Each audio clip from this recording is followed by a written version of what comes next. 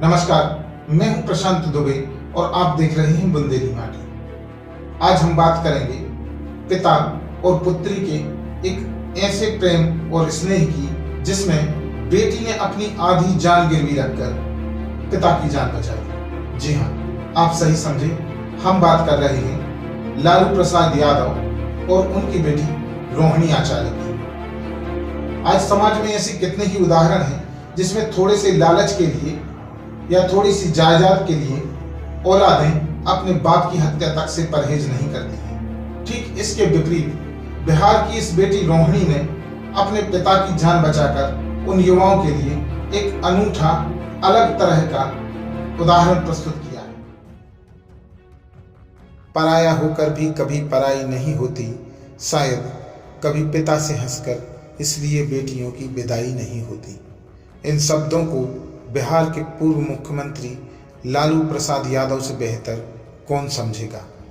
5 बेटियों और 2 बेटों के पिता लालू यादव को जब जान बचाने की जरूरत पड़ी तो उनकी बेटी ही आगे आई।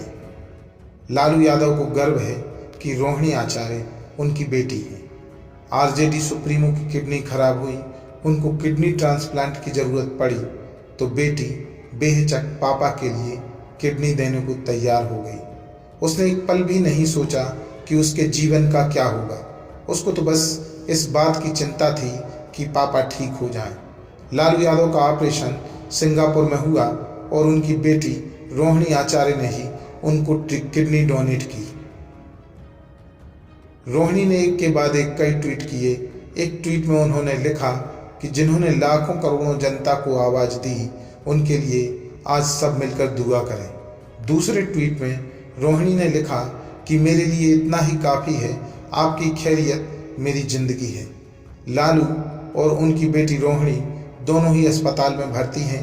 अस्पताल से ही रोहिणी ने अपनी तस्वीरें भी शेयर की। इसमें एक तस्वीर में रोहिणी खुद हॉस्पिटल के बेड पर दिख रही हैं।